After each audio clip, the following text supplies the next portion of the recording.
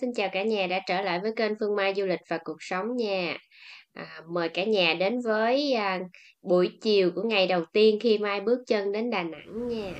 Đây là biển Sơn Trà Mỹ Khê nha cả nhà. Trời ơi, vừa biển mà vừa núi nữa mọi người ơi, thích lắm. Ra đây cái kiểu đi dạo biển lắm. Mà sóng nó hơi lớn nha, sóng to ôi là to luôn đi. Trời ơi, lúc là Đi du lịch Đà Nẵng thì mọi người nên lựa chọn những cái tháng nghỉ hè. Còn Mai đi vào cái tháng cuối năm nên là thời tiết chỉ có 15-16 độ hiện tại thôi, nên là biển cấm tắm nha mọi người, và biển đang động rất là dữ dội, và chỉ được đi dạo biển và ngắm biển thôi.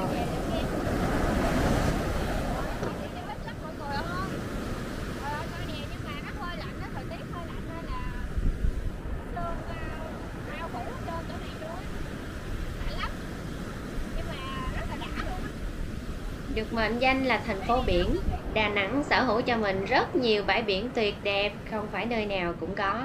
Một trong số đó là phải kể đến bãi biển Sơn Trà, Mỹ Khê của Đà Nẵng. Bãi biển này được bình chọn nằm trong top 6 bãi biển đẹp nhất hành tinh đó mọi người. Vì nằm bên cạnh các danh thắng như Ngũ Hành Sơn, bán đảo Sơn Trà và chùa Linh Ứng. Chiều dài của bãi biển Mỹ Khê kéo dài đến 10 km, bắt đầu từ bán đảo Sơn Trà đến chân núi Ngũ Hành Sơn.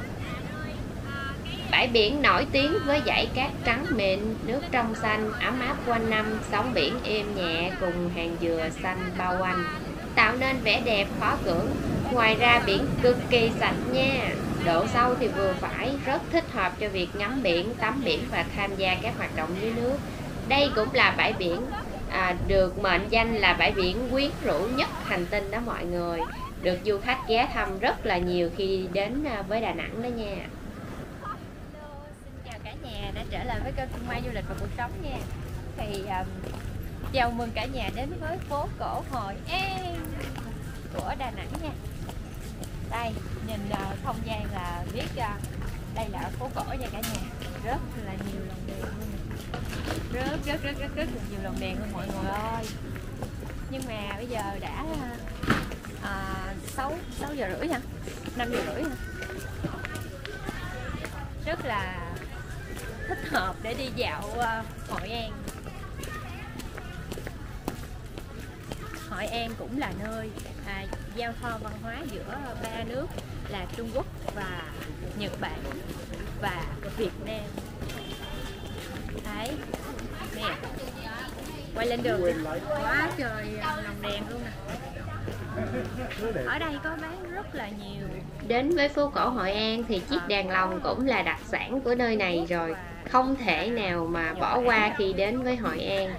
Đến với nơi đây thì hầu hết những cái ánh đèn đều tỏa ra từ những cái chiếc lồng đèn này nè mọi người, đủ màu sắc, đủ kích cỡ, sặc sỡ rất là nhiều.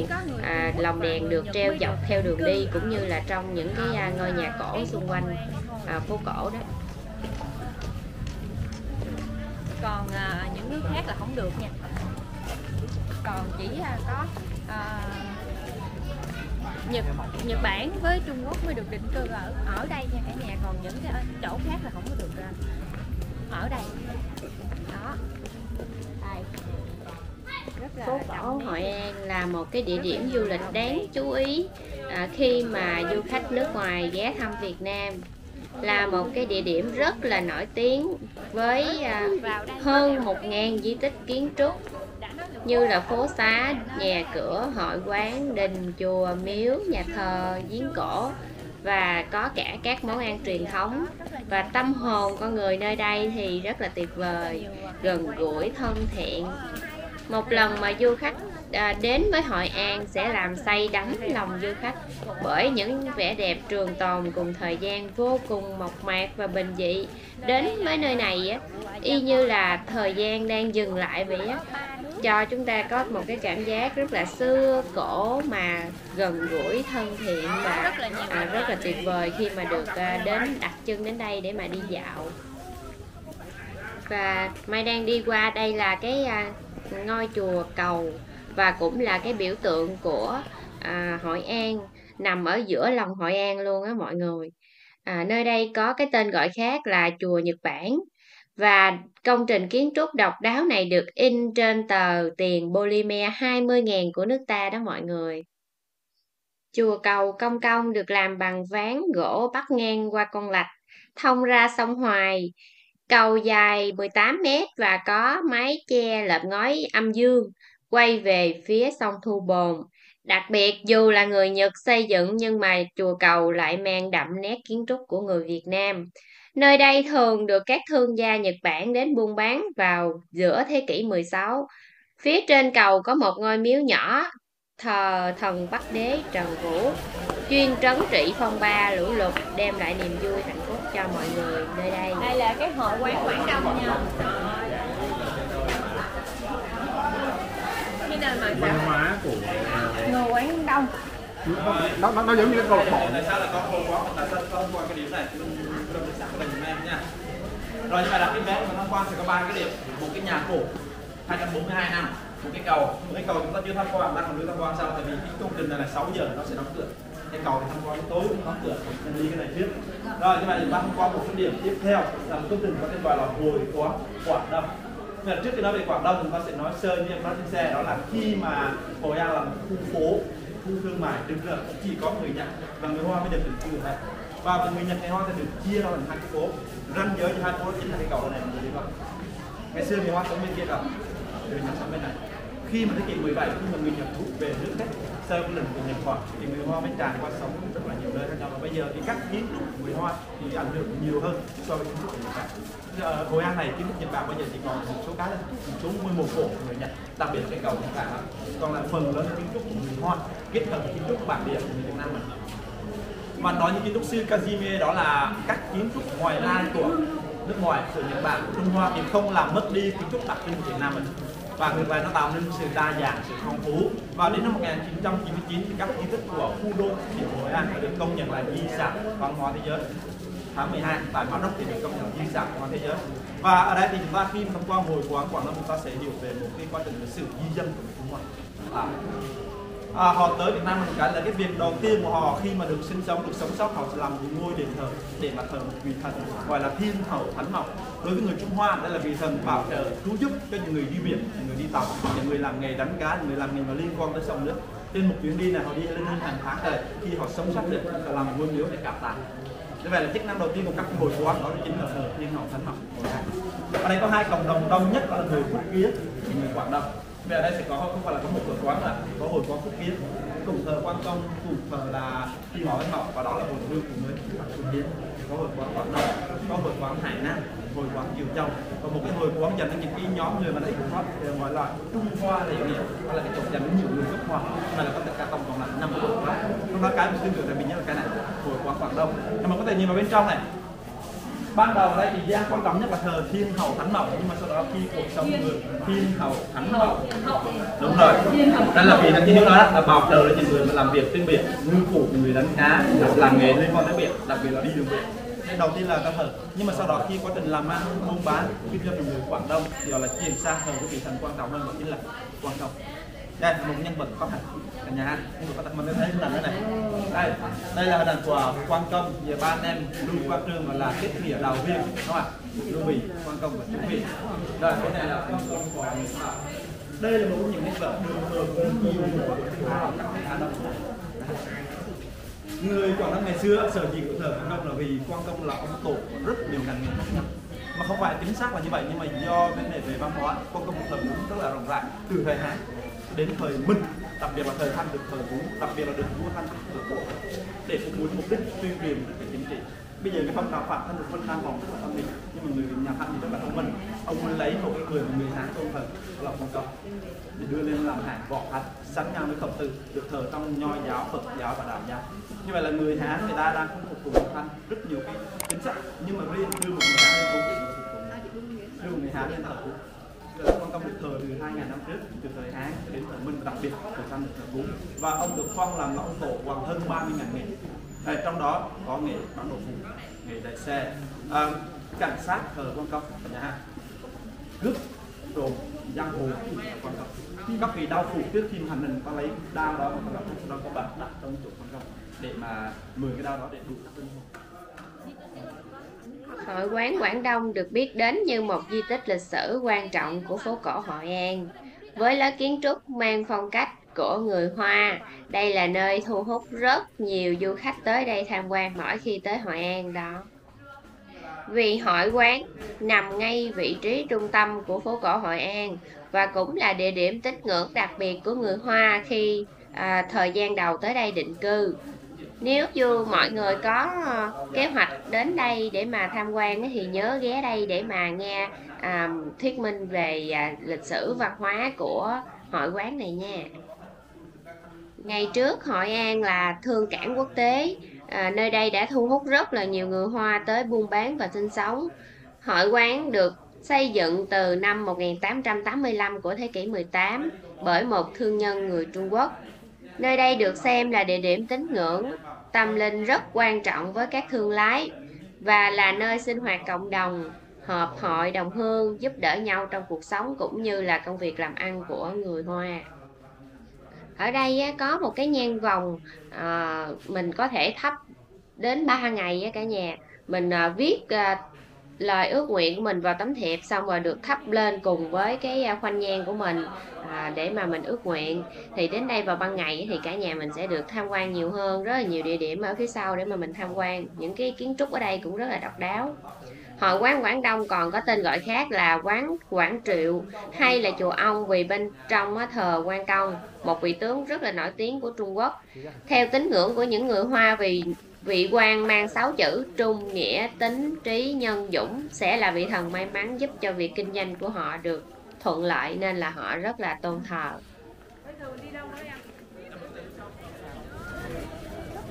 Đến với Hội An, đi dọc con sông Hoài hay là ngồi giữa chiếc thuyền nhỏ, chèo ra giữa sông, nhẹ nhàng thả từng chiếc đèn hoa đăng, ngắm nhìn những dải lồng đèn lung linh đôi bờ và nguyện cầu điều bình an, là một trải nghiệm thú vị và tuyệt vời khi mỗi một người đến với Hội An.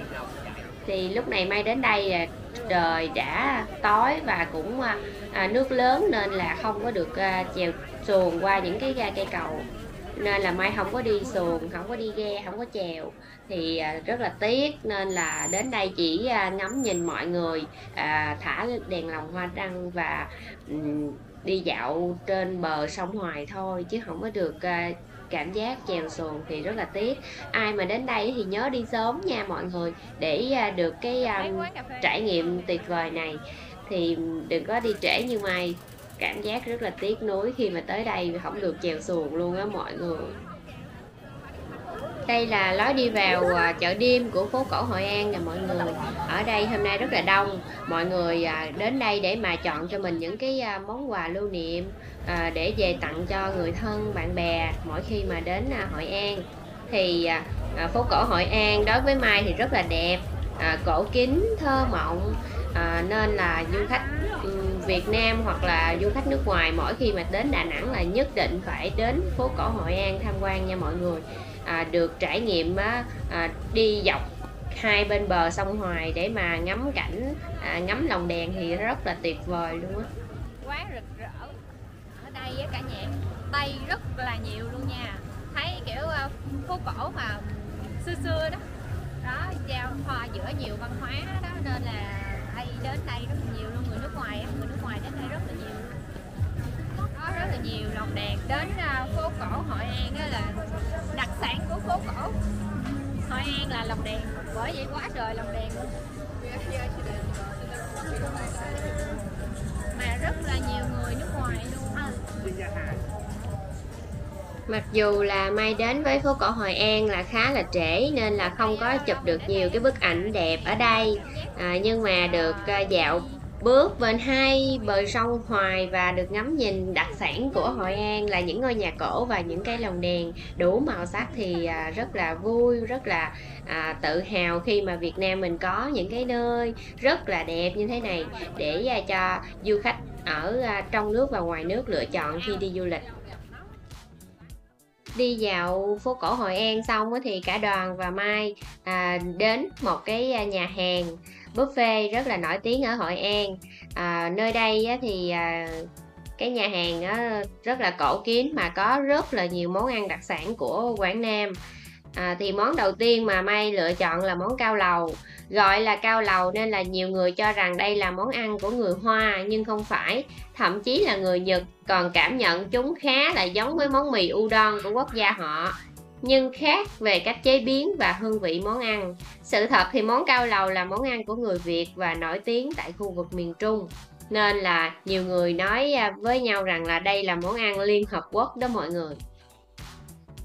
Tên gọi là cao lầu có nghĩa là món ăn là cao lương mỹ vị và được thưởng thức ở trên lầu cao. Ngày xưa thì thực khách có thể vừa dùng món ngon vừa ngắm toàn cảnh đẹp của phố phường Hội An ngay trên lầu cao, nên là có tên gọi là món cao lầu. Cái tên đơn giản vậy thôi đó mọi người, nhưng mà là một cái niềm tự hào và một cái tiếng vang, là một món ăn đặc sản của người miền Trung, đặc biệt là người ở Hội An.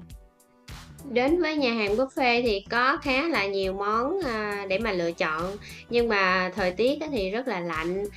Đi chọn quanh những cái món ăn xong rồi đem ra tới bàn ngồi là nguội hết rồi mọi người, nên là ăn thì cảm thấy cũng không có ngon miệng cho lắm. Nhưng mà khẩu vị của người miền Trung và người miền Nam mình rất là khác nhau nha. Thì chọn vài món để mà mình ăn vào buổi tối thôi, chứ Mai cảm thấy thì cũng được thôi, chứ cũng không có vừa miệng cho lắm.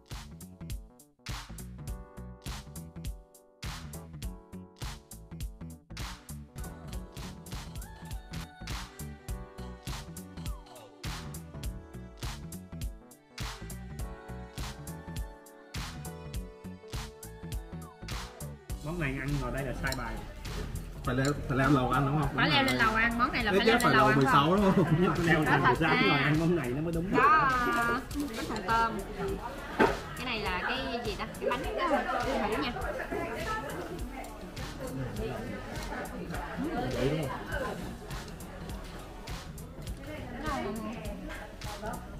Cũng được, nói chung là đang đói nên ăn tặng. Nhưng mà cái vị nó cũng ok la nha. Ok la đã vậy. Ăn thử thôi. Ngon. Ok xong rồi la đó. Ok xong la đúng không? Được. Không hết, tiếp tục. Buổi tối ở Đà Nẵng thì Mai cũng có đi mấy cái chợ đêm, nhưng mà Mai không có quay lại. Thì đây đã kết thúc một ngày ở Đà Nẵng. Cảm ơn cả nhà đã xem clip của Mai nha. Hẹn cả nhà vào phần tiếp theo và ngày tiếp theo ở Đà Nẵng. Cảm ơn cả nhà, hẹn cả nhà vào clip tiếp theo. Bye bye cả nhà. Cả nhà nhớ đăng ký kênh, nhấn chuông theo dõi và like khi xem clip nha. Bye bye cả nhà.